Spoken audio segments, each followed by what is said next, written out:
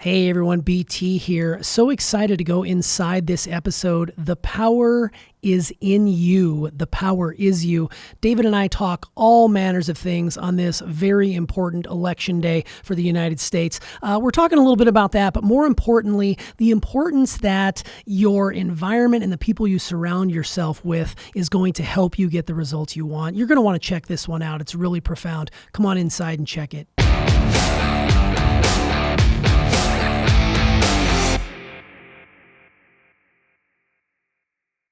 Hey everyone, this is BT and welcome to Inside the Episode. Today we're talking all about power, and that power is in you. The power is you. So this is a great episode. And first off, election day today. If you haven't gotten out and voted, make sure you exercise your democratic right to go do so. It allows you to just basically say that I voted today. I voted a long time ago, and that's all I have to say about that. So I think it'd be weird if I didn't mention it, but the power is yours to exercise that right. So David.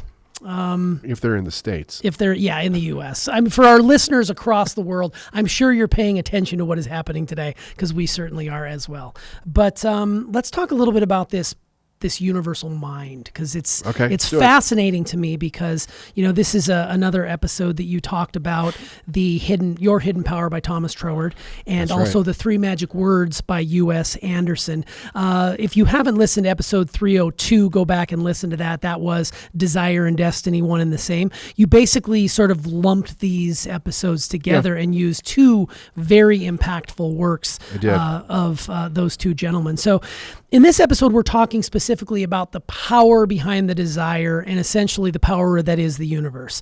You brought in the fact that, we're fighting against each other in a way instead of working towards resolution. So what we're seeing is we're this intense desire to make people wrong. I feel like that's sort of been this whole, the way things have been happening in our country for, quite some time now over the past few years. So I guess the conundrum that I would like to know more about is how you see how we've gotten to this fractured place. Like, what causes the human mind to get to a place where we're so intense on making people wrong that we just sort of throw truth to the side and mire ourselves in it? I think it's whenever we started going down the path of throwing our values away and not replacing them. Values. So we as if you study history, you can see that with a lot of different things over history that started to come about. And I'm not necessarily talking about, important things from, I'm not talking about religion or politics or whatever. You could see it happened over a long period of time. Alcohol coming in, music, jazz music, blues music, rock and roll, long hair, all kinds of different things. The argument against these things all the time was we're throwing our values away, right? And this is going to lead to incarceration and murder and rape and, all of this. The way that I see it is that the people that actually said those things were not that far off. Not that far off in the sense that thing in and of itself would not lead to that.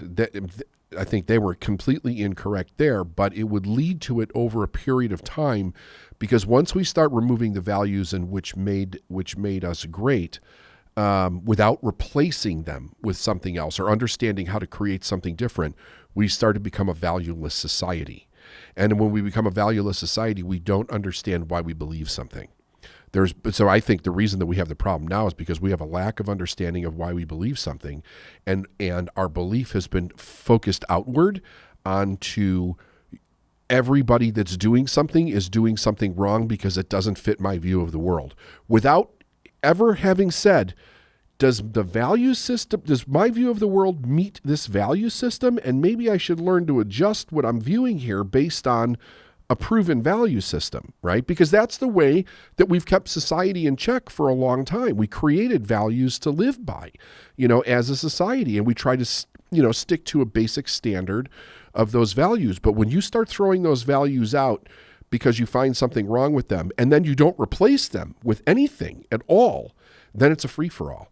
But what happens is I think it flips upside down. I think we flip into a complete victimization of society. So now it's all sides think they're victims instead of somebody saying, and I do think there's people out there that still want to maintain values, but those values have become viewed by others as racist, oppressed, and all kinds of phobics. Like you name the whole thing of different phobics, and it's the idea is that it's not those things. In most cases, it's not those things. But what it is it's telling a person in their mind that they're wrong for what they believe or what it is that they think. So there's an attack that goes against it.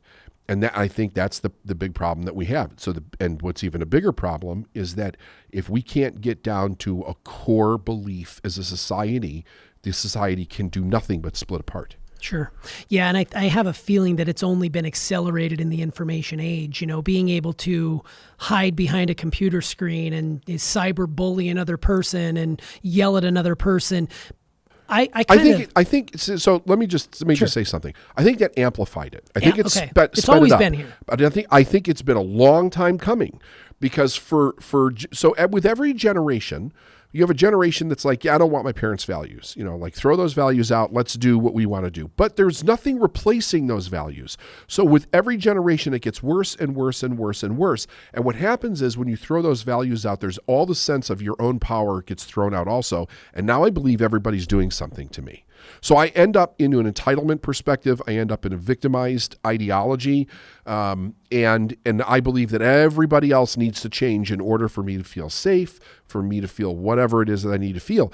And we can't, how do you get back to that if there's no common ground with a set of values for a country to begin to pick up the pieces and move forward? We need some commonality, and it must start with a basic respect of each other in some way from a value perspective, and then build upon that. Yeah, so what's interesting is how do you get there? Like it seems like it's been, like you said, systemically eroded over time. It is, which I think is a really interesting argument, because I always default to the internet, like it's cyberbullying and people going out there and you can say something behind a computer screen as opposed to saying it to a person's face. But it's over time that this has happened. So now that we're here, I guess my question is, how do we use the power of the universe, or the power that's inside of us, to start making genuine change towards a more kinder, a more gentler, a more leading with the truth sort of mentality as a single person? You're trying to get more and more people to come on, but it has to start with each person individually. I think a person has to really think. And they need to stop being so damn reactive in the world that we live in. And I understand how difficult that is, because what technology has done is it's put it in everybody's face. It's put every problem of the world in everybody's face. And there's no one person that can deal with that. It just shatters the psyche. It's extraordinarily unhealthy. It's not good at all. But the people that are angry, they're not looking to solve a problem. They're looking to create more of a problem. They think that the only way to solve a problem is to destroy everybody that they believe is the problem, and or force them to think that the way that they think. And neither one of those two things is going to happen. It's not going to happen. Even if you created a totalitarian society, it's not going to happen. Like people, they may not say something, but you can bet your bottom dollar they're thinking something different. We know that just in the stories that we've heard from people that came out of Nazi Germany and came out of Russia, and Italy, and it's just Vietnam. Like we know, but a person has to be like thinking something.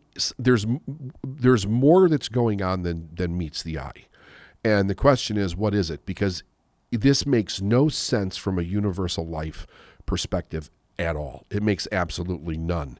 The problem is once the problem is projected onto an individual, we're taking the modus operandi of life out of the picture altogether. So if I have to have you change for me to be better, then we're both going down a dark road. The idea is, how do I fix me? Stop thinking about everybody else. But here's the problem. A big part of this problem is that people think that they're victims. They believe it to their fucking core that they're victims. And until they're willing to step out of that and consider that they actually have control over their own life, There is no change for those people, none whatsoever. And they will continue to attack because a victim is scared. You're a victim, you're scared. You look at any victim in nature, right? A rabbit is running for its life if a fox is chasing it, but it's only running when the fox is chasing it. You know what I mean? So if a person thinks they're a victim and they think that everybody in the world is after them, or a certain part of people are after them, they're going to do things based out of a victim mindset, which is going to be respond in anger and defensiveness and righteousness. And we don't get to a truth when we come from that place. Yeah, what's interesting about that is, the title of this episode is "The Power is in You, the Power is You." There is the exact opposite of power is victimhood, right. Like living within the victim. So if you are an individual who is very quick to trigger around certain things and it feels like things are being done to you, you're not really looking inward and realizing that you're creating each and every one of those things. So you've in effect given away your power, yeah. And now you're living this, let's be honest, miserable existence when you are mired in victimhood. So your stance is the power resides in you to make that change, make that shift, but you have to be willing. So if an individual, like one of the things that's helped me through all of this leading up to this, election in our country is that I've been able to see both sides more clearly. Before I was very clearly on one side, and I've started to realize that there's power in listening and there's power in understanding.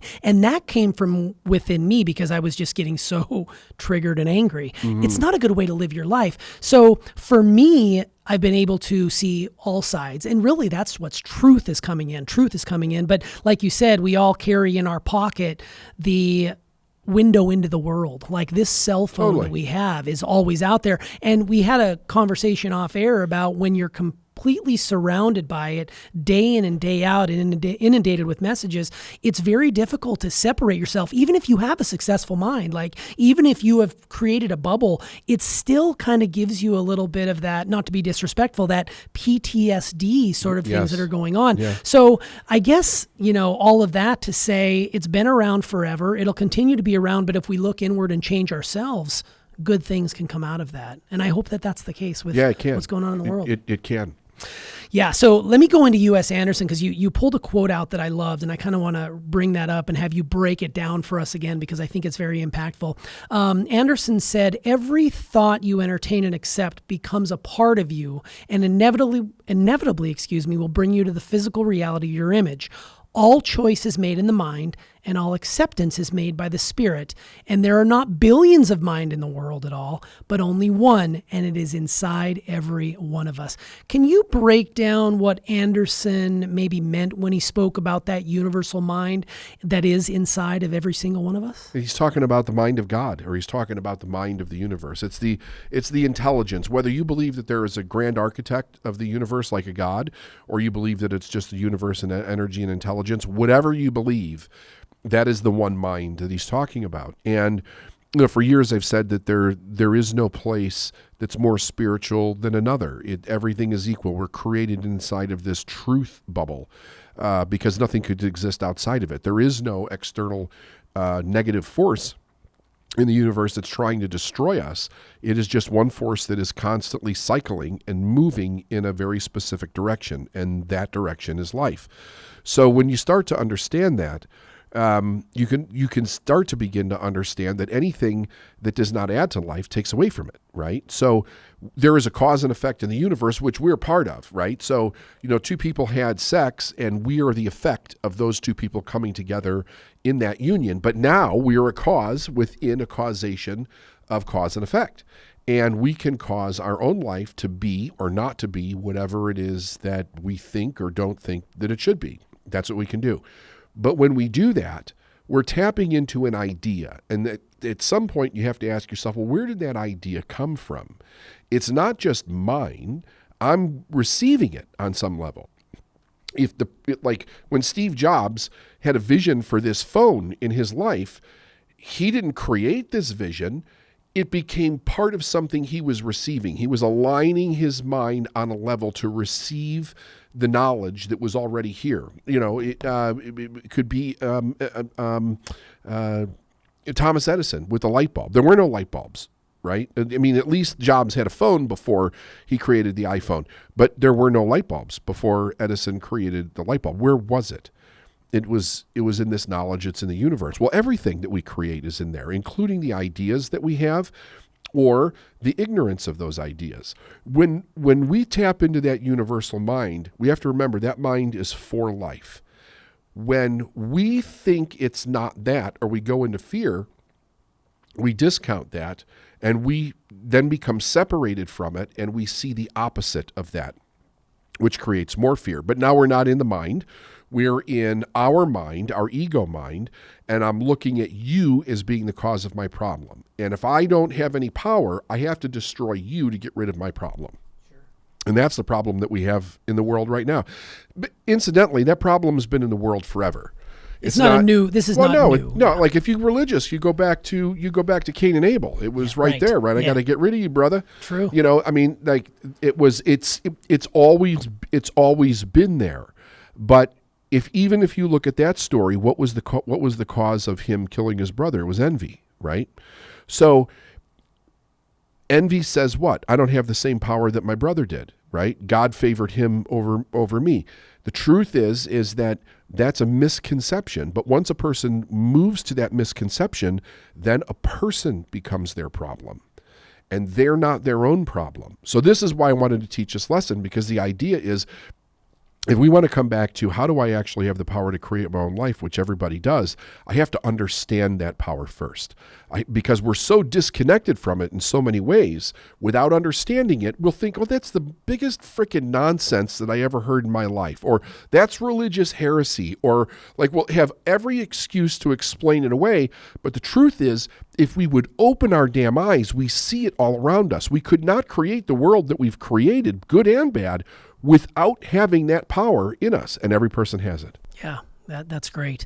What I love about that discussion about the universal mind is that it is inside of us. Like when you talked briefly about, the idea didn't necessarily come from you, but it came through you. So I find it just fascinating that during the time of the caveman, the way to make the iPhone was here. It was in the ether. It just blows my mind. And even like teleportation, like they do in Star Trek, that someday the idea is here. Someday that will be able to happen. It really blows your mind when you think about the ideas are always here and they're here right now. You just have to be able to tune into that frequency and pull them in. Right. Yeah. Right. It's just here's fascinating. the thing with my phone, right? We have these phones that basically, if anybody else has a phone like this, we can reach them anywhere in the world instantly. But here's the thing. I have to know the frequency that you're on to reach you. So your frequency is in my life as far as a number. If I put that number in here, it doesn't matter where in the world you are. As long as you can get a signal, we're on the same frequency and we can talk to each other. It's very representative of everything else. Everything in the world is on a frequency. If we think on a certain frequency, we will think, if I focus, how do I create this object that does this, allows me to talk to other people, and I keep focusing on it and focusing on it and focusing on it, I'm downloading more information on how that's possible. I try different things, putting them together and see if they work.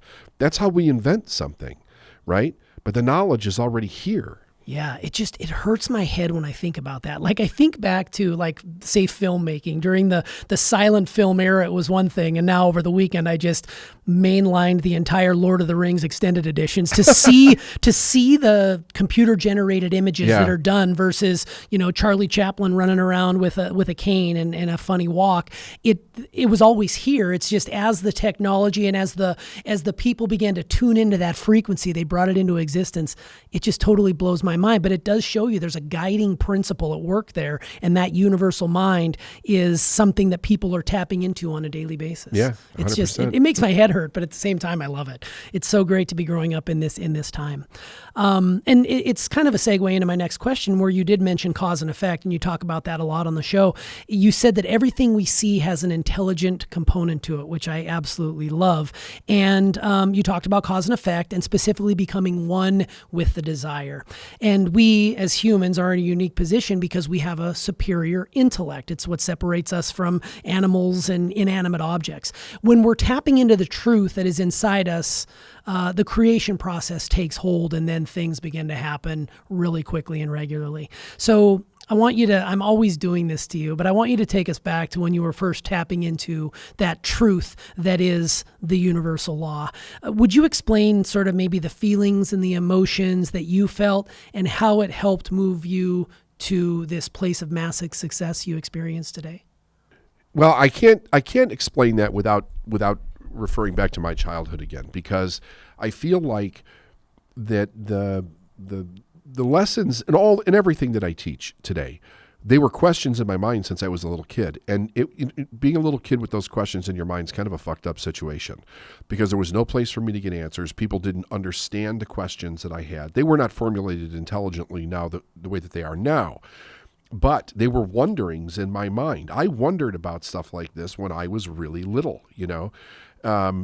probably back to 3 years old. I mean, I have some very specific, according to my mother anyway, very specific memories about things that I was thinking when I was 2 that they were very concerned with.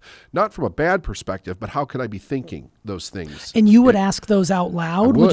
You would actually ask the question? I would make statements. Okay. I would make statements or I would ask questions. But, when you're little, at first it's like, it's cute, right? And then you get to this stage where it's like, oh no, he's being a shit disturber. That's what he's an instigator. That's what's actually going on. And I wasn't trying to cause trouble. I wasn't trying to do anything like that. I was trying to understand the dichotomy, the opposites of what I was experiencing at that time in my life. It just made no sense to me. And I was really looking for something that made sense. So I think that was just in me, part of my DNA as a human being. Like it was what led me to my purpose. Those questions never went away, but I suppressed them for a while because we go through our teenage years and we're off on a little bit of a different tangent there. But then they came back to the surface when I left home. I left home at 17, and I really went out on my own and struggled for several years. I think I got married when I was like 21. So 21, 22. So I got married when I was 22. And then really quickly, within a short period of time after that, things started to go downhill really bad. And it was because I was not prepared to take care of a family. I had no business trying to, from a responsibility standpoint, I had no business trying to take care of a family. But that was what I set up for myself, so I had to figure it out. But what it did was it brought these things back to the surface again. They were always under the surface. I was so ingrained in the mess that I had created, I didn't really have a whole lot of time to try to figure out the rest of life. I was just like, how the hell do I pay my bills? How do I get out of this bad apartment? How do I get a better job? How can I learn a different skill set? That was the thing that was going on. But because my brain works the way that it works, it led me down a road that had me experiencing answers to my question, like the very first breakthrough that I had where it tripled my income and was like, whoosh, like what is that? What's interesting about that is that I've thought about that over the years, and I've met a lot of people that had somewhat of a similar experience in their life and never went down the same road that I went down. It was just kind of like, oh, frick, I got lucky as hell. Thank God that happened. And they're still working in the same job that they got a break in 40 years ago or whatever it was. For me, it did something different. It said there's something here that's possible that you don't understand, and you need to study it. So I started just devouring all the information that I could get my hands on at the time, which was difficult because we didn't have Google then, right? So did you ever sit and think, how the hell did we figure anything out without Google? I think it had something to do with the Dewey Decimal System. I think that's coming into my head. Well, that's interesting because this book still has a cellophane on it from the library. There you go. That I got it from. Yeah, library kids are where you go to get books. Yeah, like what's a library, right? Right. That's where I went. I went to libraries and I went to bookstores and I started picking up books. I mean, I would spend a whole weekend in a bookstore just picking up books and looking. I didn't know what I was even looking for. I had no idea what I was looking for. I was looking for something that intrigued me, that was some kind of an answer.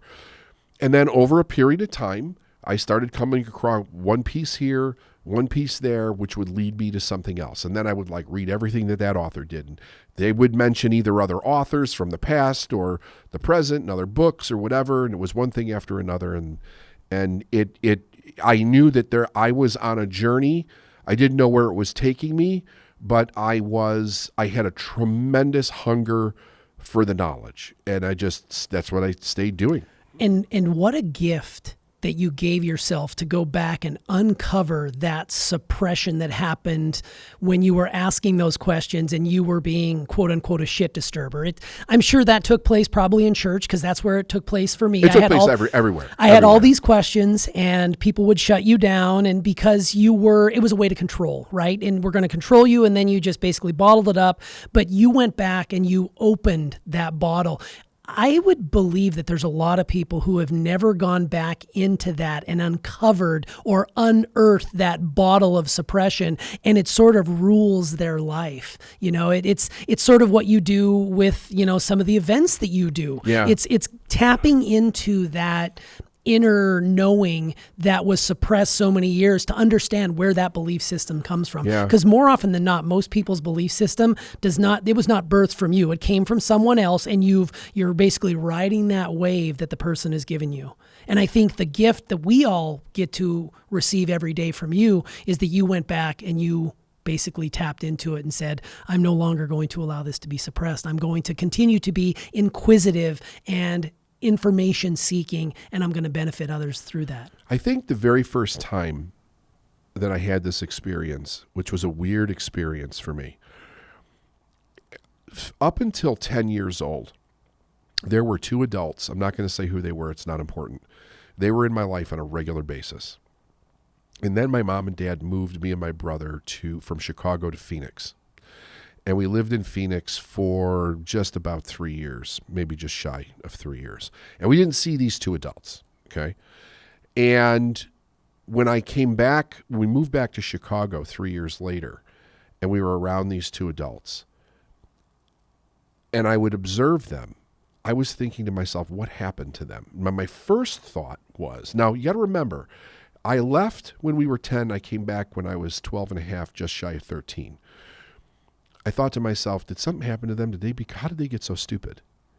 That was what was going on in my head. And it took me a while to realize that when I got out of their influence, I started to experience life different because I was around different adults.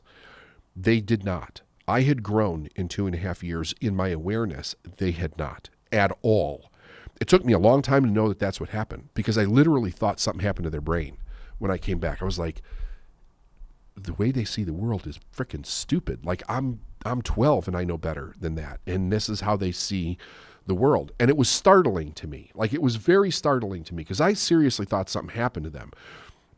But then a few years later, I realized that no, what happened was I was outside of that influence and my mind wasn't thinking that way anymore. And I got to experience people that had a different opinion. They were differently educated. It was totally different. And when I went back and saw them, they hadn't changed at all. I had changed. And I never forgot that. And I remember when I got older, that had and actually the older I got, the more of an impact it had on me, because I began to realize that if you stay around a certain group of people for too long, your mind is going to become that. You know what I mean? Oh, and if you put yourself around people that have a different viewpoint, it's going to allow you to expand your mind.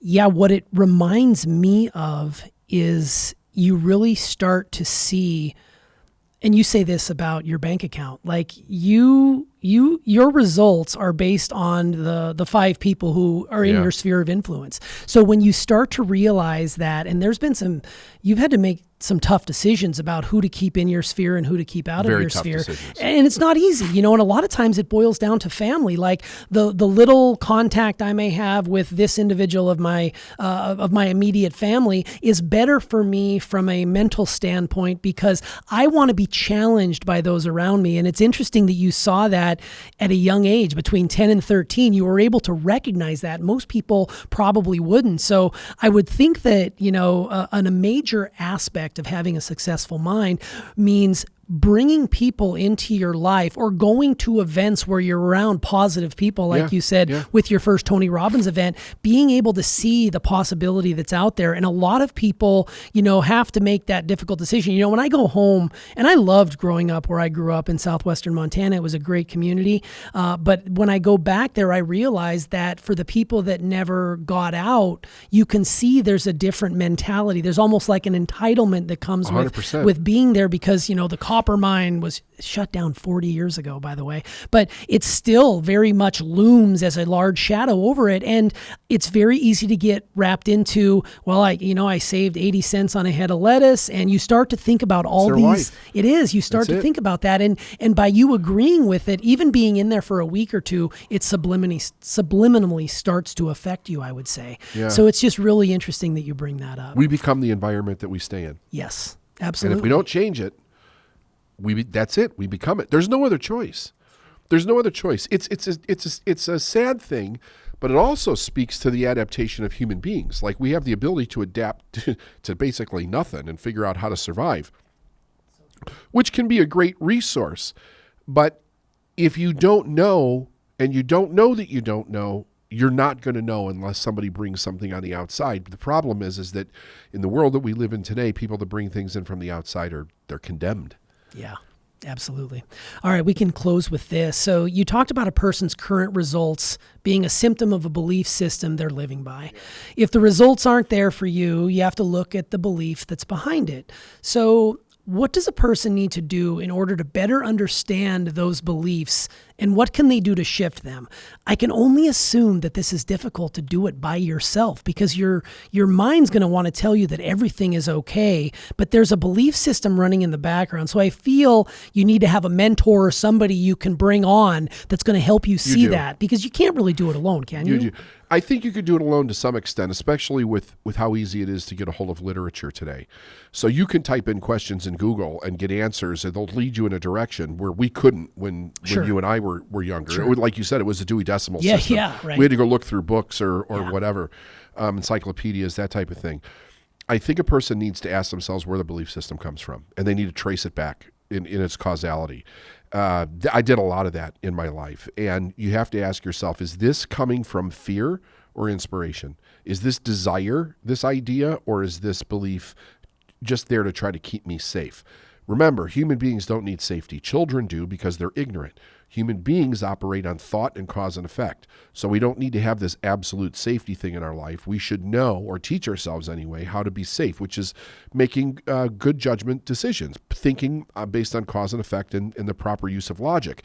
But if the information that we're used to think is flawed, then we're going to make mistakes out of default, like because the information that we're using is flawed. If I put bad parts in an airplane and I don't know it, the chances are the plane's going to come down because they were bad parts. But if I didn't know it, I didn't know it. The result's still the same. So we have to go and look, what is the information that's actually going on in my head? Where did it come from? These beliefs. Why did my parents have these beliefs? Why did their parents have these beliefs? And then you have to get into the proper literature and find out where it's coming from. You will come to a realization that there's a tremendous amount of information that was put out there to manipulate people for other people's agendas, and you have to make a choice as to what it is that you're going to believe for yourself. Because the information that'll set you free is out there. It's in books. It's in books. I have the books, right?